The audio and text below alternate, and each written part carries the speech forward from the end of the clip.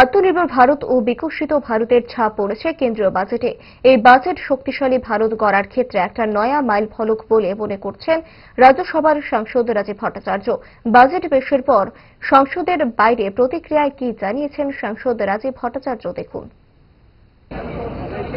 আজকে আমাদের কেন্দ্রীয় ইউনিয়ন মিনিস্টার নির্মলা সীতারামন দ্বারা আমাদের পার্লামেন্টে ইউনিয়ন বাজেট 2026-27 এখানে পেশ করা হয়।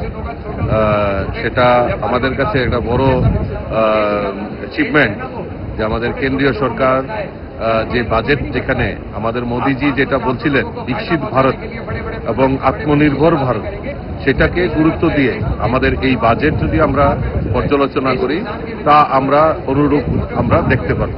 এবং যে বিকশিত ভারত এবং আত্মনির্ভর ভারতের কথা বারবার বলা হচ্ছে, সেটাকেই প্রাধান্য দিয়ে আমাদের এই বাজেট সেখানে পেশ করেছেন নির্মলা সীতারামন।